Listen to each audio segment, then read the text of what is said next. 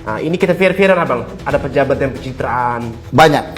Banyak sekali. Ini kan kita meneruskan pidato Pak Prabowo yang mengatakan jangan jadikan tempat bencana menjadi wisata. Karena kalau mie semua kembung perut orang, loh ya dong. Terus mie-nya mau diapakan? Jadi apa? Instan itu ya yang pakai plastik itu toh. Dah iya, dah mikir dong. Penyampaian Ibu Megawati adalah penyampaian sesat.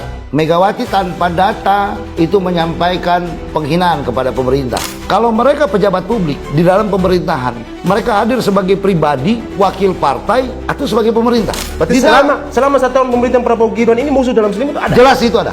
Ternyata mereka berdua ini yang harus paling bertanggung jawab dalam urusan ini. Apakah ada benang merah yang mengindikasikan sehingga Zulhas kemarin harus pikul beras turun lebih awal?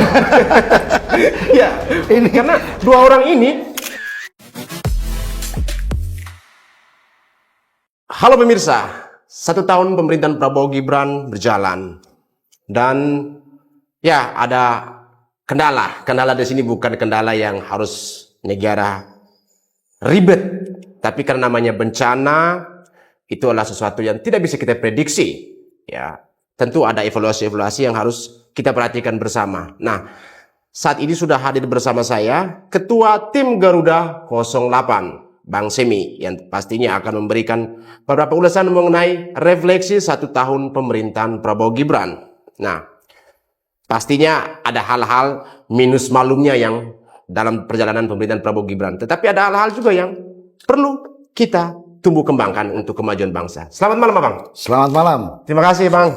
Ini luar biasa, Tim Garuda 08. Ya, Tim Garuda 08. 2 periode, Bang? 2 periode. 2 periode. Oke. Jelas ya harus 2 periode karena ya jelas arahan dari Pak Jokowi dan juga pergerakan relawan yang semakin hari semakin masif mendukung pemerintahan Prabowo Gibran. Betul sekali. Nah, ini Abang. Yang terbaru nih ada pidato dari Ibu Mega. Sebelum kita masuk ke refleksi 1 tahun pemerintahan Prabowo Gibran, Ibu Mega angkat bicara mengenai donasi atau sumbangan ke daerah bencana di Sumatera. Ya, kita turut berduka cita untuk keluarga ataupun korban yang sudah meninggal dunia akibat dari bencana alam ini. Dan satu hal yang kita garis bawah ini, pidato Ibu Mega ini melihat dari sisi yang negasi, bahwa ketika bantuan itu tiba, lebih melihat pada dampaknya. Katakan narasinya bahwa sumbangan mie-nya terlalu dominan, membuat nanti masyarakat sakit perut dan sebagainya.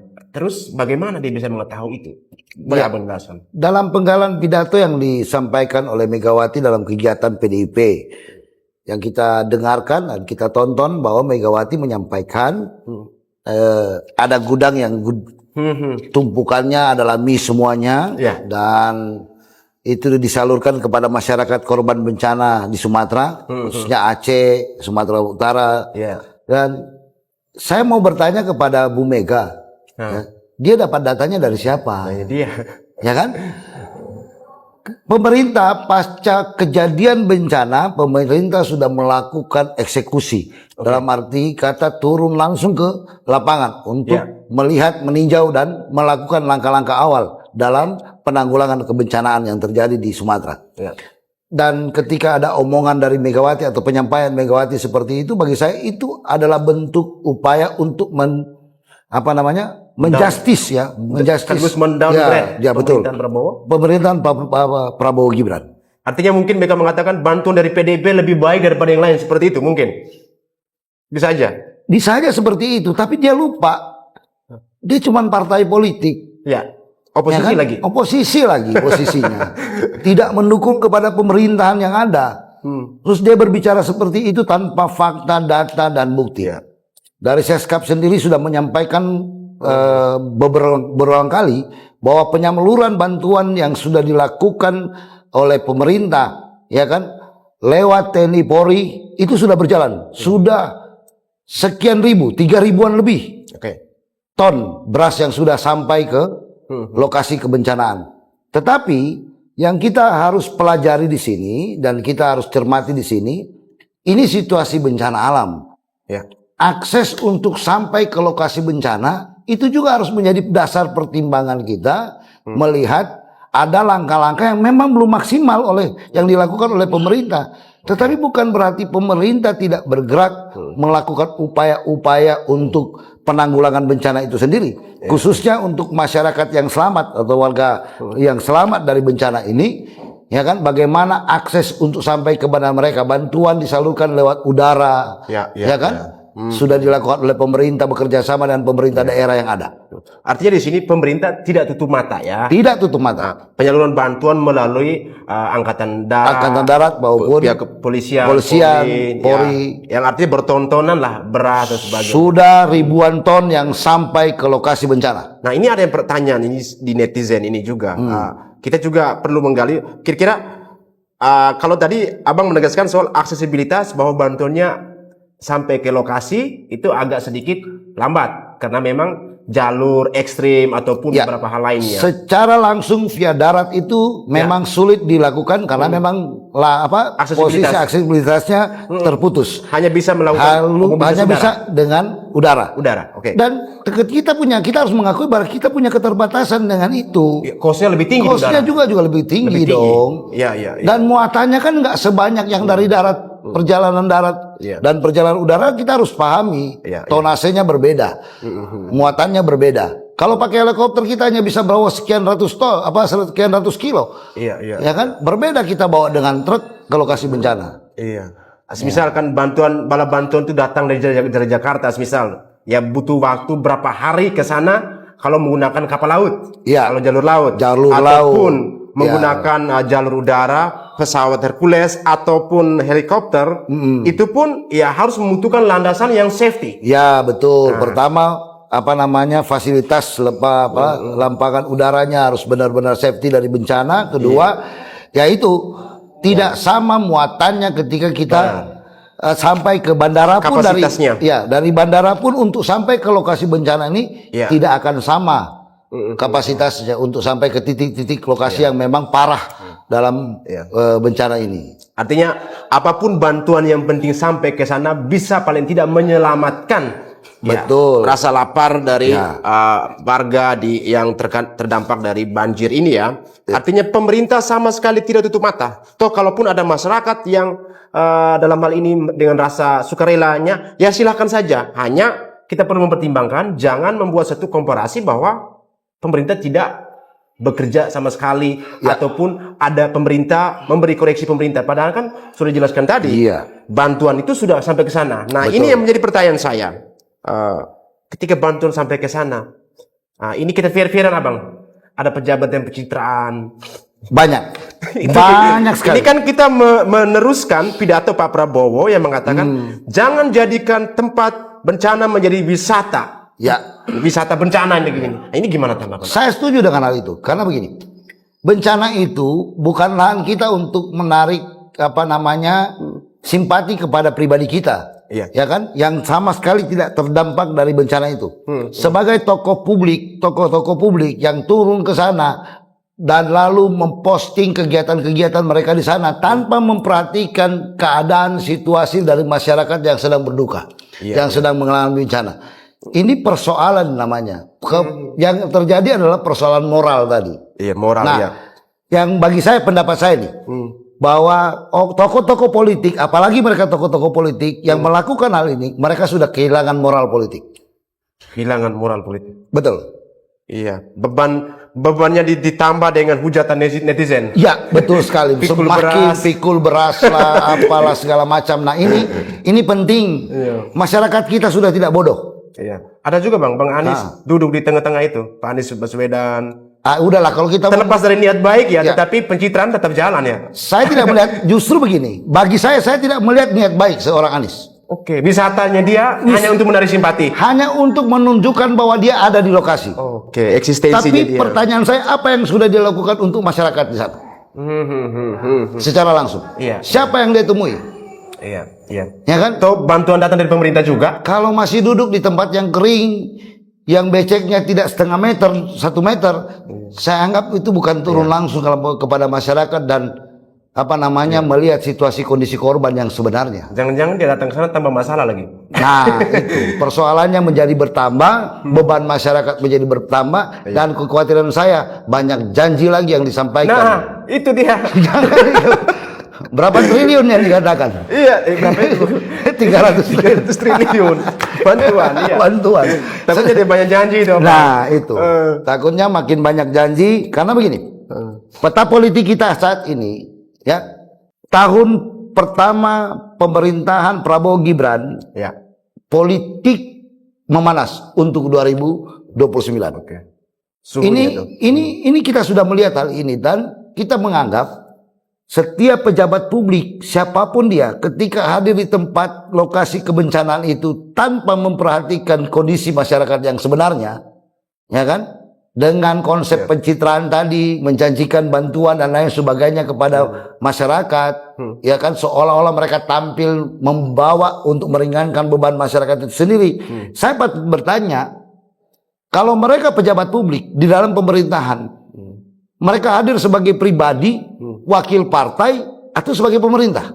Oke, positioningnya ya? Iya, posisinya pada waktu itu dia hadir sebagai pribadi dia, sebagai pimpinan partai, Ya. atau sebagai pemerintah, pejabat pemerintah.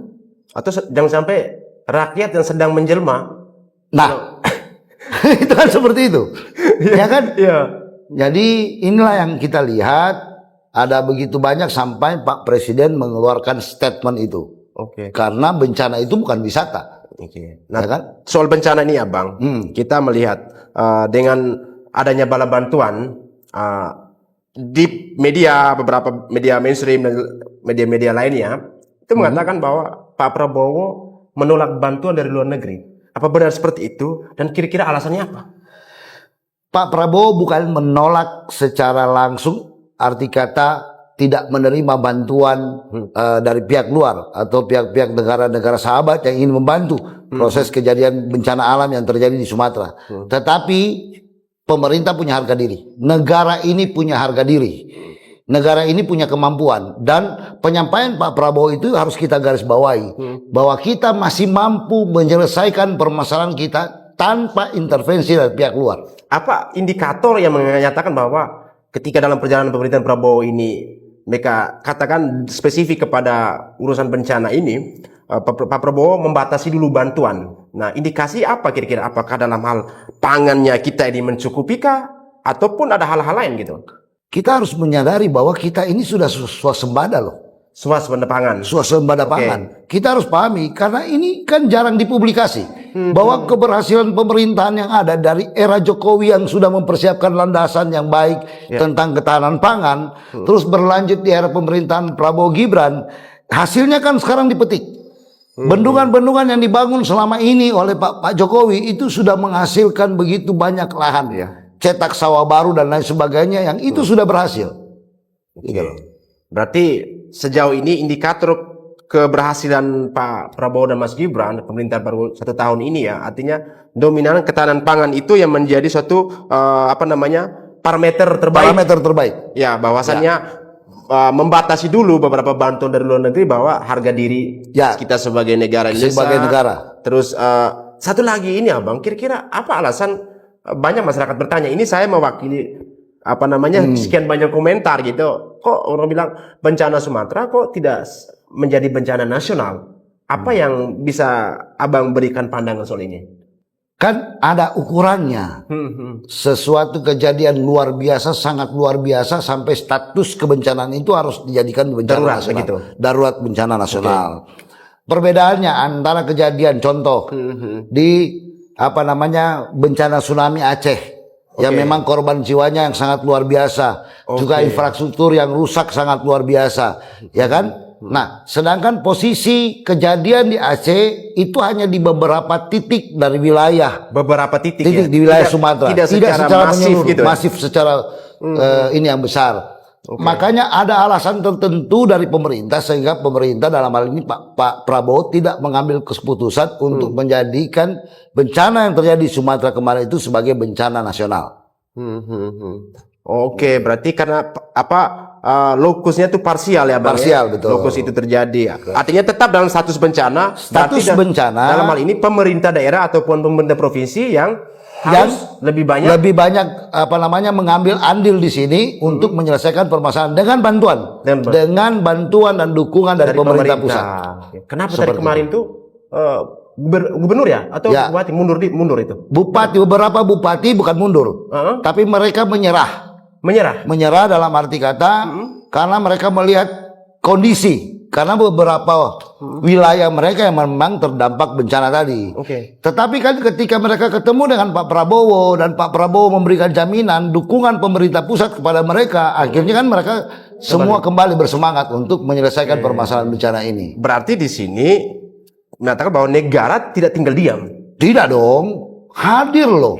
Dalam skala bencana yang belum dikategorikan sebagai bencana nasional, Pak Prabowo masih konsen gitu. Konsen. Justru kemarin ketika Pak Prabowo selesai dari Aceh, terus sekarang Mas Gibran sebagai Mas wakil Gibran presiden, juga dengan Pak Safri ya. ya, Pak Safri ke sana, semua turun ke sana, itu kan bentuk perhatian yang sangat luar biasa dong dari pemerintah pusat. Dan itu konteks ketika pemerintah turun, dalam hal ini presiden dan wakil presiden turun, itu bukan pencitraan. Bukan. Banyak orang bilang, wah Mas Gibran ini, oh Pak Prabowo gini. Ini kan, iya kan? Itu kan tanggung jawab dia sebagai seorang kepala negara dan wakil kepala negara. Kadang-kadang orang kan menerjemahkannya, lah kalau gitu siapa sih mau turun kalau bukan negara yang turun atas nama apa? Presiden dan wakil presiden. Nah inilah kaum pembenci ya. Kalau saya katakan begini, orang-orang yang memang tidak senang dengan pemerintahan yang ada saat ini selalu menggoreng cerita yang semakin. Nah, kalau Gibran atau Pak Prabowo tidak turun ke Aceh atau ke Sumatera, nanti dikatakan mereka tidak punya perhatian. Benar, ya. Aceh dia anak tirikan, Sumatera dia anak tirikan. Kan akan lagi muncul cerita-cerita yang semakin banyak dongeng yang ingin mencela dan ingin mendiskreditkan pemerintah pusat. Nah, Abang, kita coba mundur ke belakang beberapa tahun ya. Ya. Dari zaman era SBY dulu. Ini sekali lagi kita fair-fairan bahwasannya dulu ada salah satu aktor ya yang sempat mewawancarai ya Pak Zulhas waktu itu masih menjabat ya sebagai menteri Kehutanan dan staf khususnya itu kan sekarang Kemendes betul.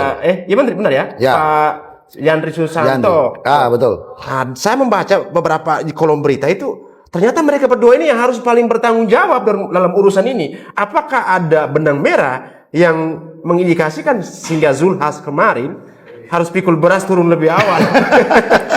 Ya, karena dua orang ini ratusan miliaran lah yang sudah pernah terungkap di media waktu itu kan dengan kasus itu. Kemudian harus ada konsen dari aktor luar negeri yang ketika melihat secara citra dari udara itu. Nah, gitu gimana Bang? Kerusakan yang terjadi di Sumatera, di wilayah-wilayah Sumatera, di Aceh, di Sumatera Utara dan lain sebagainya, itu ada peran yang tadi.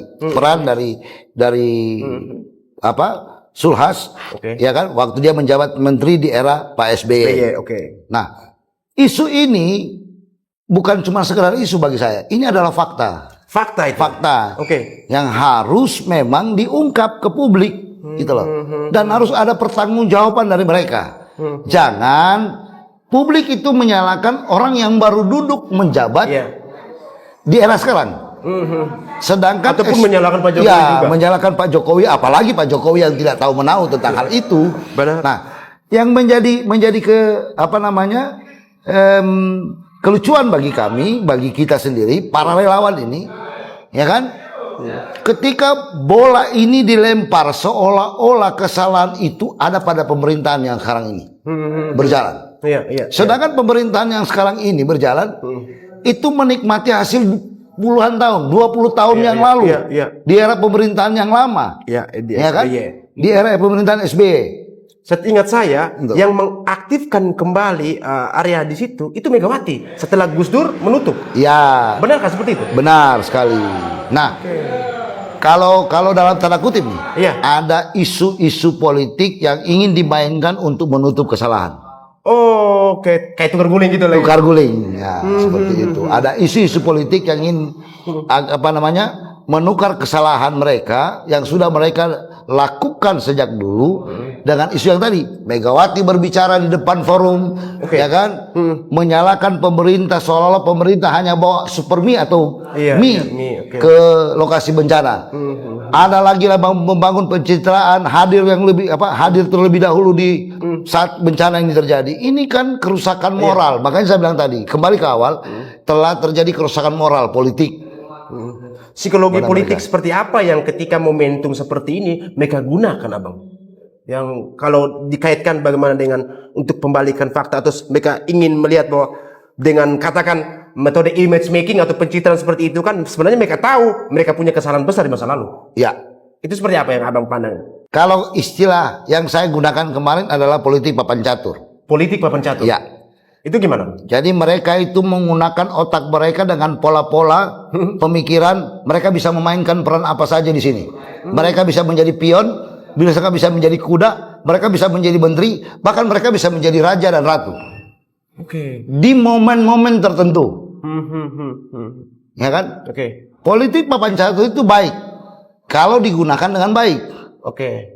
Lawannya searah juga lah gitu. Searah lah gitu. lawannya. Langkahnya jelas. Tetapi kalau sudah amburadul, bagaimana?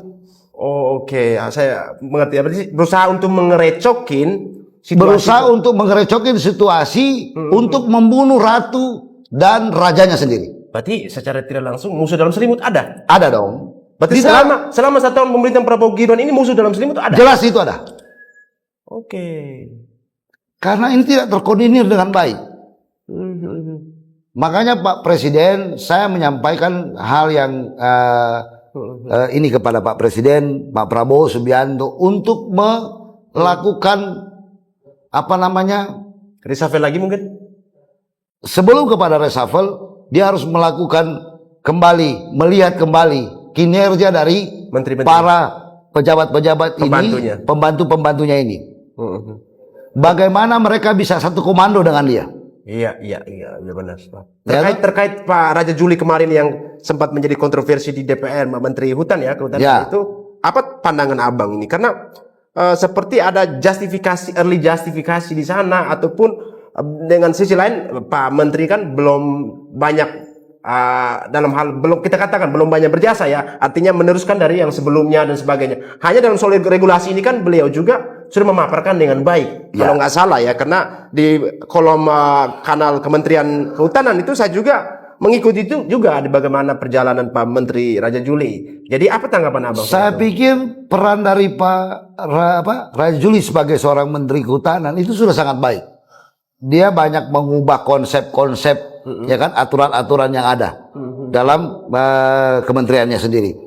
Dan kalau ada isu kemarin sampai dia ditekan, sampai seolah-olah kesalahan itu dilimpahkan kepada Raja Juli, itu yang saya bilang tadi.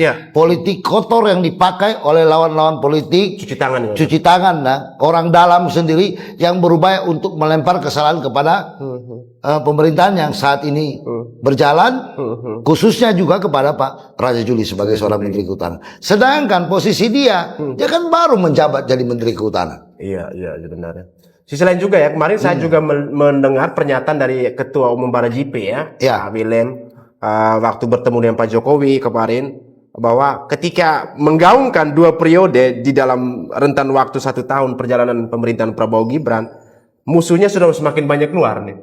Ya pasti. Jadi merasa tersaingi gitu. Pasti. Tetapi kita harus pahami satu hal. Strategi politik itu seperti apa yang disampaikan itu? Kira menurut abang? Bagi saya begini, pemerintahan Prabowo Gibran harus melanjutkan pemerintahan Pak Jokowi. Ya. Pak Jokowi sudah melakukan kebijakan, sudah membuat pembangunan dan sudah melepaskan dasar buat Prabowo Gibran untuk melanjutkan pemerintahan Pak Jokowi. Nah, konsep untuk mencapai strategi Indonesia Emas, Indonesia Maju, itu tidak cukup dengan 5 tahun berjalan.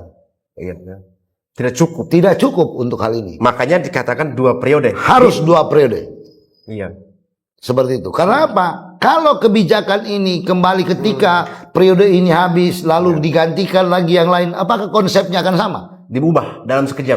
Itu bisa berubah. Selain bisa berubah, akan dengan mudah menyalahkan kalau seandainya pekerjaan ini belum sampai 50%. Pasti. Karena apa? Karena akan terjadi upaya untuk mencari kesalahan-kesalahan yang ada dan membuat program-program yang sudah ada itu dihentikan di tengah jalan. Ya, apalagi mangkrak namanya. MBG yang sudah berjalan dengan baik. Koperasi desa juga sementara berjalan, walaupun memang masih banyak kendala yang dihadapi. Karena ini kan baru 1 tahun. Iya, benar. kita katakan trial and error lah dalam Ya. 1 tahun itu seperti apa. Oh, ada kekurangan di sini, apa yang harus dilengkapi. Betul. Bukan untuk dihentikan. Bukan untuk dihentikan, tetapi mempelajari kendala sikon yang ada. Karena kita harus pahami daerah kita di luar Indonesia ini kan Daerah kepulauan. bukan seperti negara-negara kayak Malaysia hanya 2 pulau. Ini Terus mobilitas kita kita ini kan- mobilisasi ini kan pas darat, laut, udara. Berhari-hari juga. Berhari-hari untuk melakukan eksistensi kepada Iya, penerima kebijakan Penerima tersebut, manfaatnya. penerima manfaat tersebut.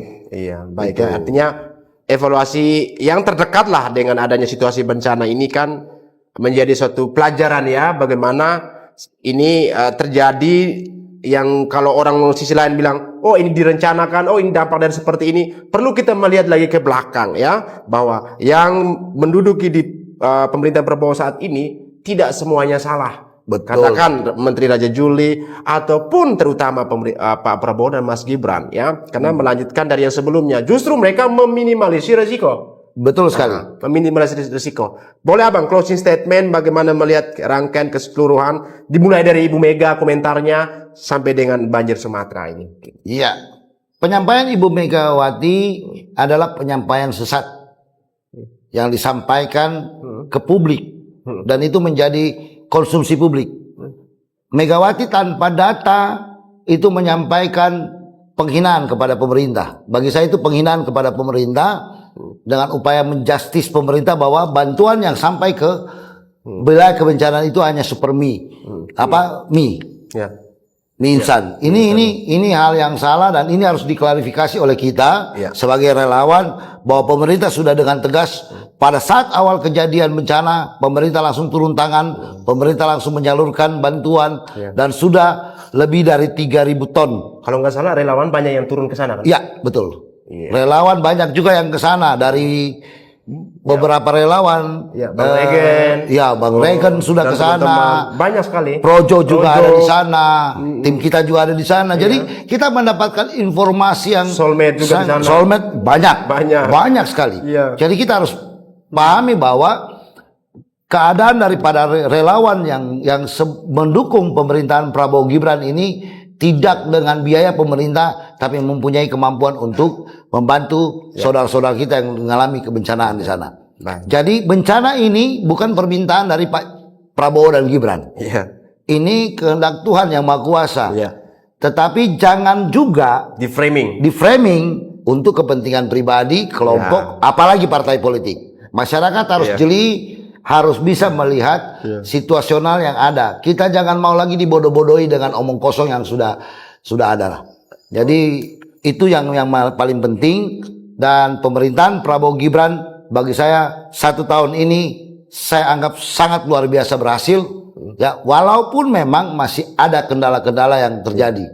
Wajar Secara manusiawi. Dan masih ada kelompok-kelompok yang ada dalam pemerintahan yang tidak senang dengan keberhasilan Prabowo Gibran. Oke, terima kasih banyak Bang Reni ya dari Ketua Tim Garuda 08 ya. Sekiranya tim Garuda 08 terus berkibar ya, membantu mengawal pemerintahan Prabowo Gibran hingga 2 periode ya. Kita semua sama-sama ya mengawal pemerintahan Prabowo Gibran 2 periode. Dan kepada masyarakat yang mau mengirimkan bantuan ke Sumatera boleh melalui relawan-relawan Prabowo Gibran ataupun relawan dari Pak Jokowi yang sudah terintegrasi dengan baik di Jakarta ataupun di daerah ataupun ormas-ormas yang turut menjalankan program-program pemerintah, mendukung program pemerintah. Silakan ya. Tapi ingat, tidak boleh pikul beras. Betul sekali. Siap. Makan mie tidak selamanya sakit perut. Ya. Oh, kita juga setiap hari makan mie. Iya. Tidak pernah kembung. Yang ada orangnya sakit hati. Ya, sakit hati yang kembung. Iya. Oke pemirsa, ikuti terus Mosato di episode berikutnya. Terima kasih.